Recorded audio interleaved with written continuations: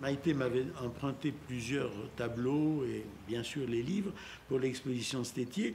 Et quand j'ai vu l'accrochage et que c'était si réussi, et j'ai vu plusieurs expositions assez médiocres dans le genre, et là j'ai été ébloui par ce qu'avait fait Maïté pour Stétier. Et un peu en plaisantant, je lui ai dit « Ah, c'est vous qui devriez faire le cinquantenaire de Fata Morgana, qu'est-ce que ça serait bien ?»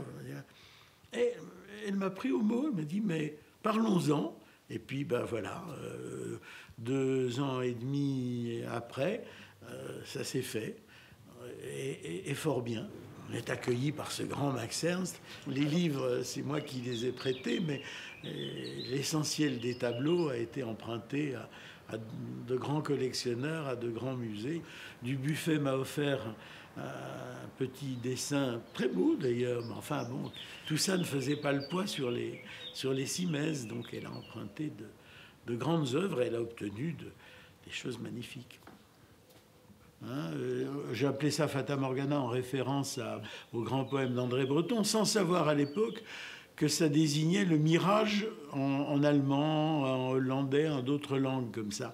Et c'était extraordinairement prémonitoire.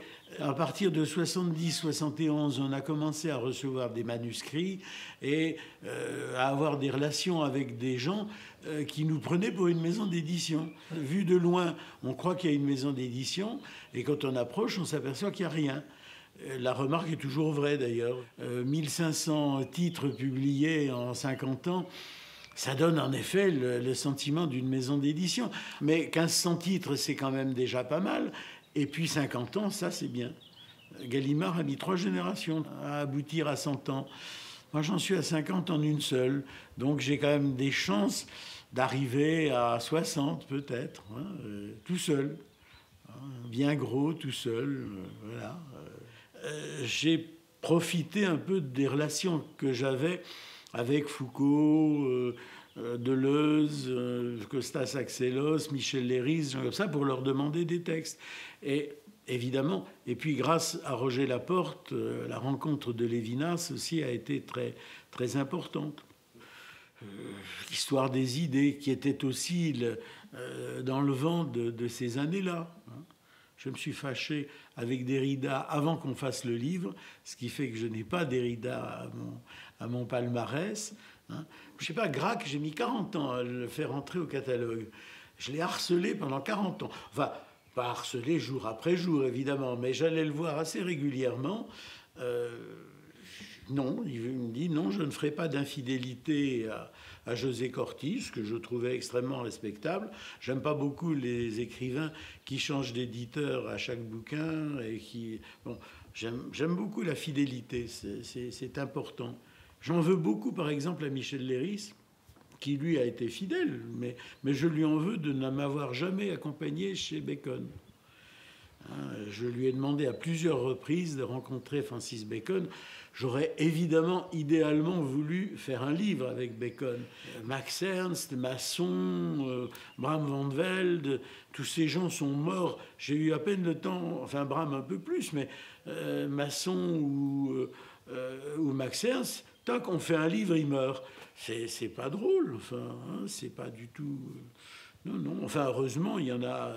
Comme Pierre Alechinski, ça fait maintenant 45 ans que nous faisons des livres ensemble. Le dernier qu'on vient de faire, on a choisi d'un commun accord le poème de Breton qui s'appelle Fata Morgana, qui a donné son nom aux éditions. Donc j'ai proposé à Pierre de faire une édition illustrée de Fata Morgana pour les 50 ans. Mais la rencontre entre un texte et un artiste, oui, bah c'est une intuition. Tout simplement, mais je pense à Blanchot Bram van Velde. J'avais, grâce à Roger Laporte, j'avais rencontré l'œuvre, pas la personne, mais l'œuvre de Blanchot, et Blanchot m'avait proposé un texte très beau qui était La folie du jour. Et j'ai pensé à Bram van Velde. Je trouvais qu'il y avait une corrélation assez forte entre Blanchot et Bram van Velde. J'ai proposé à Blanchot qui m'a dit non, je ne veux pas d'illustration, rien. J'ai proposé à Bram van Velde qui m'a dit j'ai jamais fait de livre, non, je vois pas bien l'intérêt. Et c'est Marie-Jo ma femme, qui a eu l'idée géniale de faire une espèce de leporello, d'un livre plié, qui permettait de lire le texte en sautant l'illustration si on le voulait, de manière à ne pas couper ce texte qui est d'une seule venue. Ce qui fait qu'on peut soit faire apparaître la litho, soit tourner 2 pages d'un coup et ne pas avoir la litho. Et ça fait un livre extraordinaire. Je peux dire qu'il est extraordinaire. Il a été sélectionné dans plein d'endroits. J'y suis pas tellement pour grand-chose. Enfin, si, c'est dû à mon acharnement, voilà. C'est pour vous dire comment ça se passe. Et il faut s'acharner quand on croit qu'on a raison. Et là, j'étais convaincu que j'avais raison.